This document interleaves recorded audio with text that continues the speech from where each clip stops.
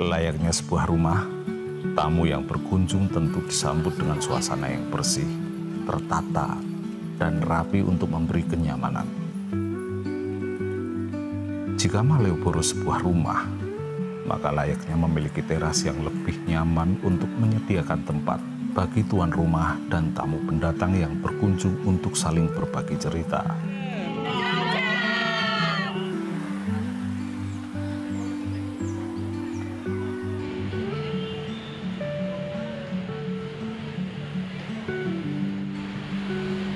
Sangat jauh berbeda dibandingkan 10 tahun silam.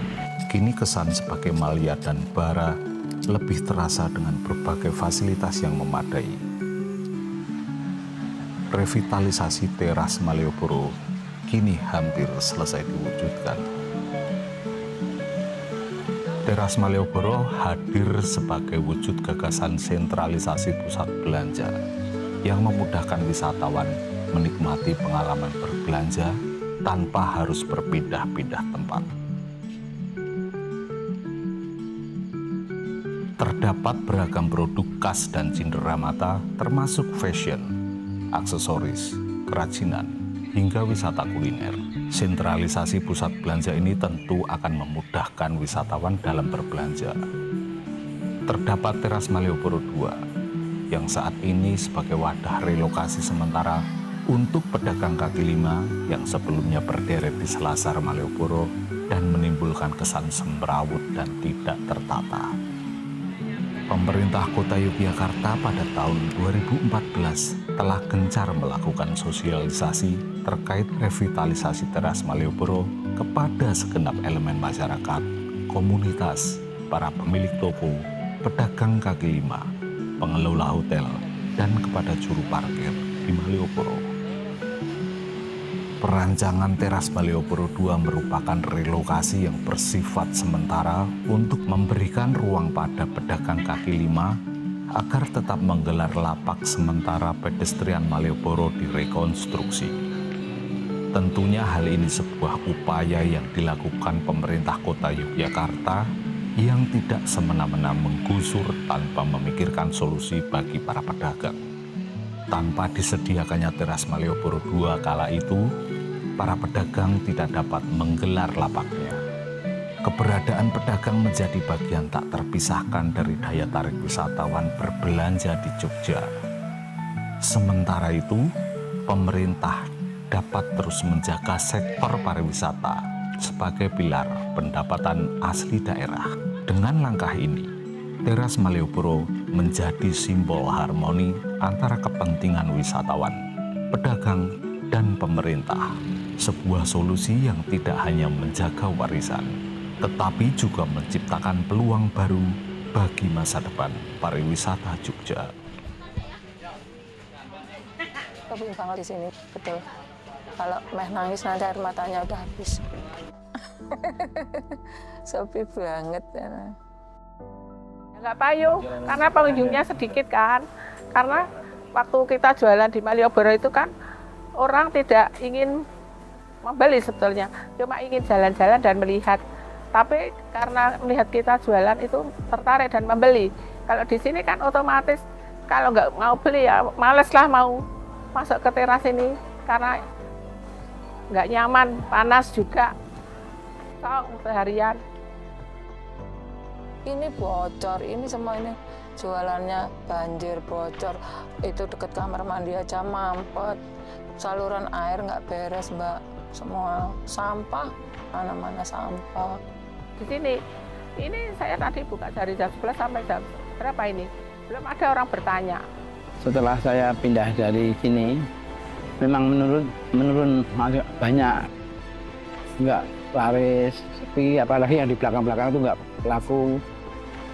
Panas, tidak tertata rapi, sempit, dan ingin segera keluar dari area tersebut. Begitulah yang dirasakan ketika menyusuri teras Malioboro II. Melihat kondisi lapak pada teras Malioboro II memang terlihat bukanlah bangunan permanen. Tiang penyangga yang sekedar terbuat dari baja ringan dan atap yang sekedar bisa melindungi dari terpaan panas dan hujan. Memang tidak mencerminkan kesan nyaman bagi para pedagang maupun bagi para wisatawan yang berbelanja di sana. Karena memang sudah awal kita kasih tahu kalau itu memang sementara gitu. Sambil Pemda DIY akan menyiapkan lahan atau ruang yang nantinya bisa dipakai untuk teman-teman yang selama ini ada di Teras Malioboro 2 gitu. Kita sudah bicara bahwa di situ hanya 2 tahun. Gitu, kan sudah tahu kan.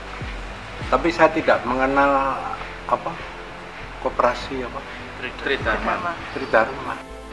Itu kontraknya sama Pemda kan individual. Kita rembukannya juga sama individual, bukan pada koperasi. Koperasi itu kan dagang kaki lima yang di sana. Biarpun mungkin anggota Tridharma, tapi bukan koperasi Tridharma.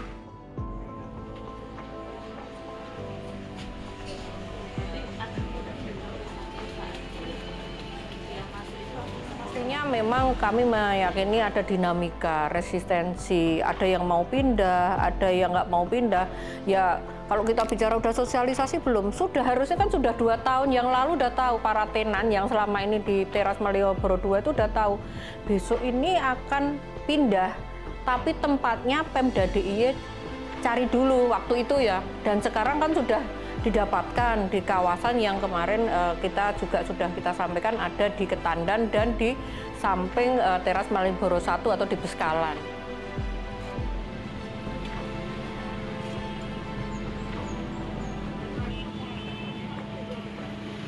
Dua tahun lalu ini menjadi bagian juga sosialisasi akan mendapatkan tempat yang tidak tidak pindah dari kawasan Malioboro gitu. Ini kan bicaranya tidak, ini masih di kawasan Malioboro. Sarananya seperti apa fasilitasnya? Pastinya fasilitas lapak itu juga sama dengan yang didapatkan teman-teman Teras Malioboro 1. Kalau dari saya pribadi mah cukup nyaman ya. Malah lebih nyaman. Kalau sekarang lebih bersih, Terlihat lebih rapi gitu ya, lebih tentram aja gitu.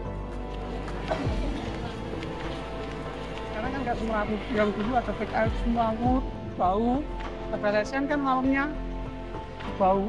Jadi kalau misalnya kita jalan gitu, kita nggak kayak antri gitu. Jadi kita misal kayak foto-foto gitu lebih enak, mau jalan juga lebih enak. Sudah tertata dengan rapi, PKL-nya sudah ditempatkan dengan baik. Jadi so far kalau buat saya sebagai pengunjung gitu yang jalan kaki di sini nyaman sih, jadi enak.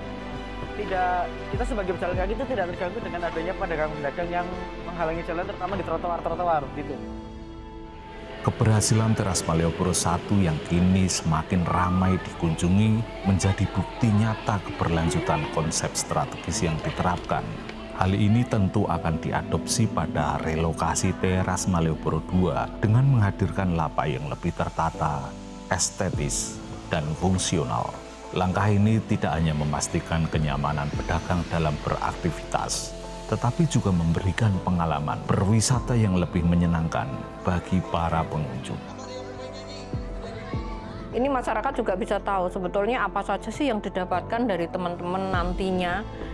Pasti tidak jauh dan mungkin ini juga menjadi bagian yang sama dengan apa yang sekarang Teras Malioboro 1 itu sudah mulai menggeliat gitu. Kalau menurut saya sudah ada bukti nyata ya bagaimana perkembangan di Teras Malioboro 1. Lebih dari 1.000 pedagang akan menempati lahan seluas 8.000 meter persegi yang dirancang dengan bangunan 3 lantai. Proyek ini mencerminkan komitmen untuk menyediakan fasilitas yang lebih modern dan nyaman bagi para pedagang. Pembangunan di lokasi baru tersebut ditargetkan selesai pada akhir 2024, sehingga para pedagang dapat mulai beraktivitas di tempat baru yang lebih representatif pada awal 2025.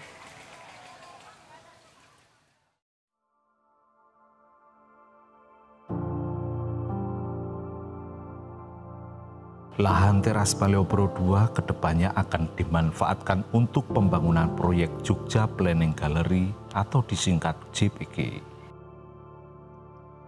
Jogja Planning Gallery Ini adalah satu ruang, satu lokasi yang kita siapkan untuk bagaimana masyarakat atau siapapun yang berkunjung ke sana atau masyarakat Jogja asli yang ada di sini itu mengetahui bagaimana Jogja dulu terbentuk dan bagaimana Jogja itu dirancang dan akan menjadi apa seperti ke depan.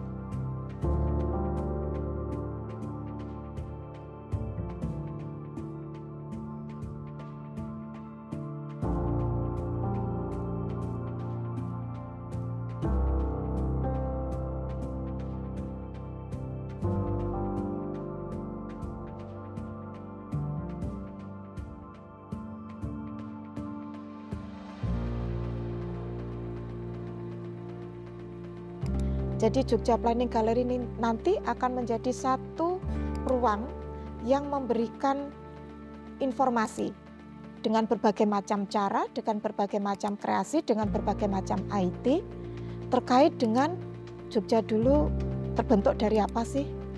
Sejarahnya bagaimana? Perkembangan tata kotanya seperti apa? Penduduknya bagaimana? Dan rancangan kita ke depan, kita akan membawa Jogja akan seperti apa.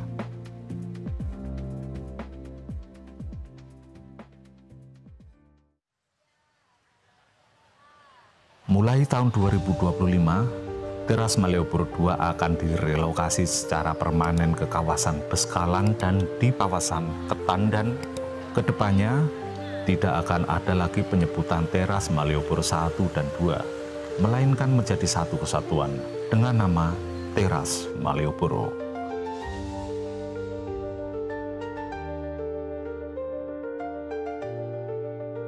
PKL Malioboro itu kita bicara hanya PKL-nya saja, tapi kita bicaranya kan lebih luas lagi. Bagaimana kawasan Malioboro? Kalau bicara kawasan Malioboro, pasti kita bicara bagaimana wisatawan, bagaimana pemilik toko, bagaimana pejalan kaki yang mungkin selama ini hilir mudik, banyak yang memanfaat kawasan Malioboro. Maka yang kita ketahui bagaimana ke depan kalau Malioboro itu akan stuck seperti itu saja. Pasti kita bicaranya kan perlu yang ke depan gitu.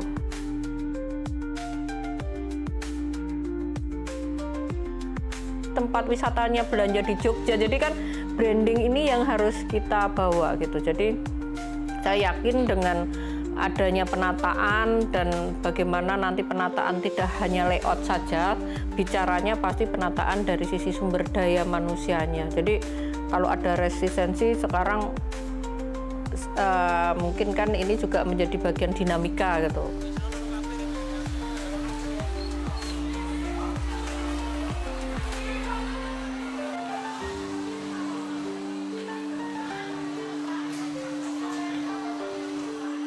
Juga menjadi bagian bagaimana kita itu di dalam melakukan aktivitas di dalam para tenan di Teras Malioboro ini kita ajak jangan sendiri-sendiri, berkolaborasi. Kolaborasinya di antara mereka dan kolaborasi dengan masyarakat juga. Itu juga kita bicara dari berbagai aspek, dengan teori, dengan akademisi, dengan masyarakat, yang pastinya kira-kira pengunjung butuh apa saja ya.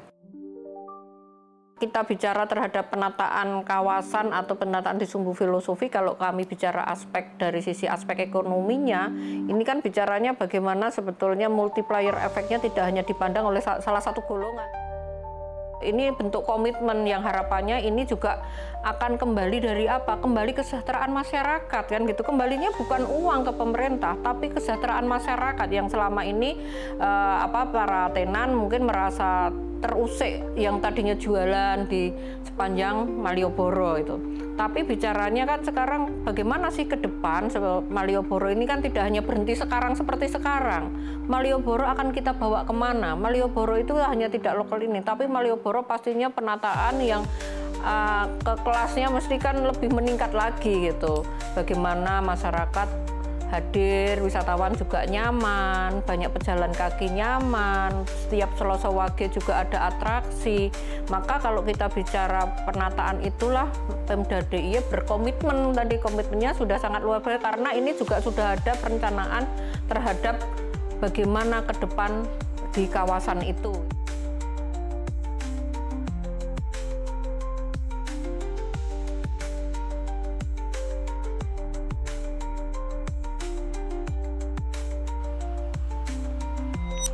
hadirnya Teras Malioboro akan menjadi destinasi yang menghidupkan kembali esensi Malioboro sebagai pesona khas Yogyakarta. Teras Malioboro menjadi wujud transformasi Malioboro yang tetap setia pada identitasnya, sekaligus siap menyambut masa depan pariwisata Jogja yang semakin gemilang.